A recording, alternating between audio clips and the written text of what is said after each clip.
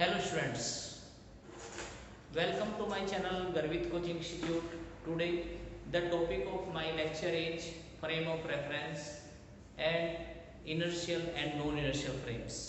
तो सबसे पहले समझते हैं रिलेटिविटी होता क्या है। जो रिलेटिविटी वर्ड है, रिलेटिविस्टिक मैकेनिक्स जो है वो कोई भी दो बॉडी ऑब्जेक्ट के बीच में रिलेटिव मोशन दिखाता है कि कोई बॉडी एक्स डायरेक्शन में मूव कर रही है, वाई में कर रही है या जेड डायरेक्शन में जा रही है। तो मैक्सिमम किसी भी बॉडी कोई भी पार्टिकल की जो पार्टिकल मोशन होगा मैक्सिमम एक डायरेक्शन में होगा। कौन कौन सी डायरेक्शन है? एक्स, वाई और जेड। और ओरिजिन लेंगे हम। रिलेटिविटी कोई सिंगल जो ये आपकी बॉडी के लिए नहीं है, कम से कम दो बॉडी जो एक दूसरे के रेस्पेक्ट में वो मोशन में हो सकता है, वो आपका लेंथ में हो सकता है, relative motion between two body two objects, वो आपका टाइम में हो सकता है रिलेटिविटी। तो रिलेटिविटी क्या है? Relativity may be in time, in velocity, speed और डिस्प्लेसमेंट, लेंथ, हाइट। एक तो ये हो गया आपका जो हमने फ्रेम लिया है। और रिलेटिविटी का मतलब है कोई हम कंपेयर करेंगे दूसरे फ्रेम से। इस फ्रेम को मैंने बोला है एस फ्रेम, और जो दूसरा फ्रेम है इसको मैं पढ़ूंगा एच डैश फ्रेम। इसके कोऑर्डिनेट्स हो जाएंगे आपके एक्स डैश, वाई डैश और जेड डैश।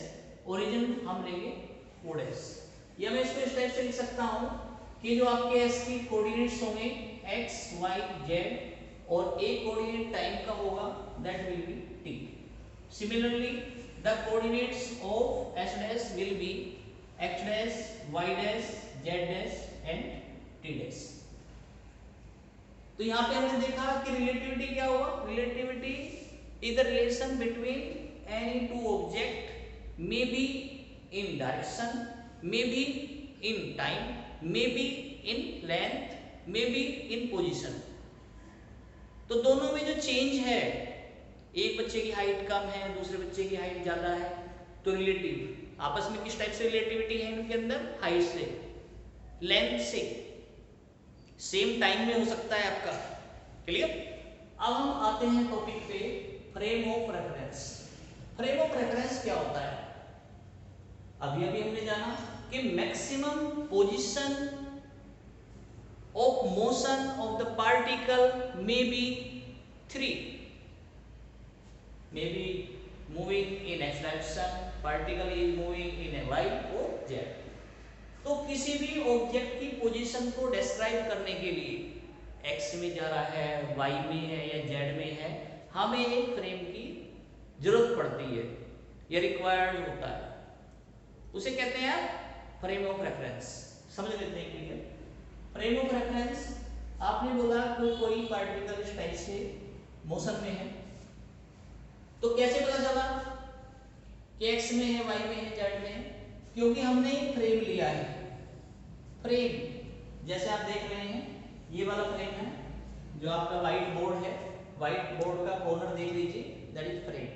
तो अगर मैं इस जो आपने फ्रेम लिया है, मोशन दिखा रहा हूं मैं एक्स डायरेक्शन में, तब आप कहेंगे कि जो आपका बोर्ड है, बोर्ड के रेस्पेक्ट में, बोर्ड के फ्रेम में वो एक्स डायरेक्शन में मूव कर रहा है। जैसे अभी देख रहे हैं आप, वाई में मूव कर रहा है, जेड में।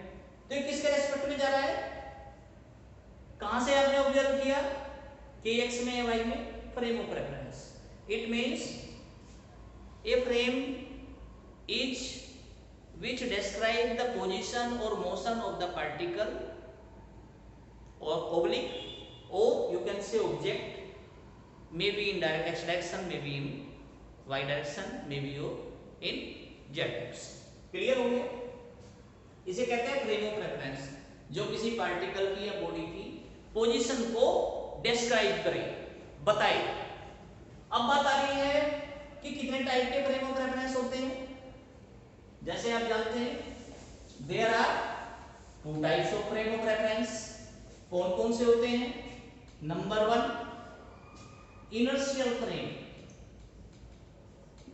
इनर्शियल फ्रेम, इनर्शियल फ्रेम क्या होता है? इनर्शियल फ्रेम वो होते हैं अगर कोई बॉडी किसी पर्टिकुलर डायरेक्शन में मूव कर रही है तो कांस्टेंट स्पीड से मूव करती रहेगी। अगर कार है, बस है, बाइक है, अगर वो कांस्टेंट 60 की स्पीड पे मूव कर रही है, the body, the frame is considered as a inertial frame. Inertial frame exactly follow Newton's first law. ये लॉ ऑफ इनर्शिया जो आपके इनर्शियल फ्रेम होंगे वो न्यूटन्स लॉ को फॉलो करते हैं। न्यूटन्स लॉ में क्या सीखा हमने? कोई भी बॉडी अगर किसी पर्टिकुलर डायरेक्शन में मूव कर रही है तो उसकी जो स्पीड होगी, जो उसका मोशन होगा, वो कांस्टेंट होगा, यूनिफॉर्म होगा, रैंडम नहीं होगा कि अभी 30 की स्पीड पे थी, 50 की पे, 60 के नहीं, 60 पे मूव कर रही है तो 60 पे, अदरवाइज अगर रेस्ट पे है तो रेस्ट पे रहेगी। Until an external force can not apply to him, जब तक उस पर कोई एक्सटर्नल फोर्स अप्लाई नहीं होता। इसलिए इसे क्या कहते हैं? ये इनर्शियल फ्रेम क्या करते हैं?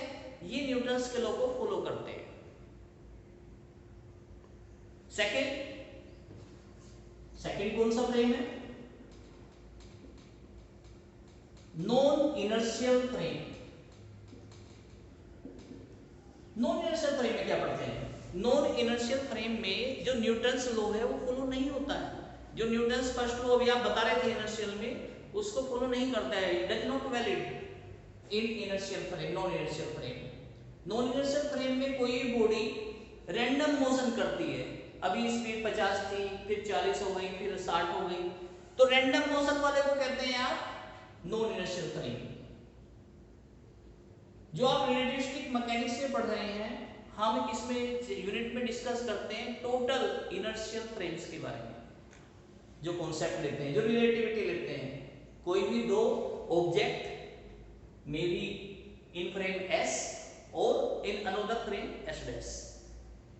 एक सिस्टम हमने मान लिया है S और दूसरा सिस्टम, एक दूसरे के किस टाइप से रिलेटिविटी है। दोनों फ्रेम एक ही डायरेक्शन में मूव कर रहे हैं, दोनों अलग अलग डायरेक्शन में मूव कर रहे हैं, तो ये रिलेटिविटी है। दो टाइप का फ्रेम पढ़ा आपने।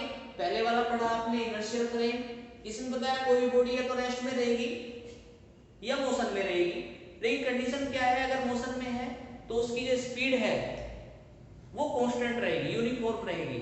सच ए फ्रेम और such a body is called inertial frame.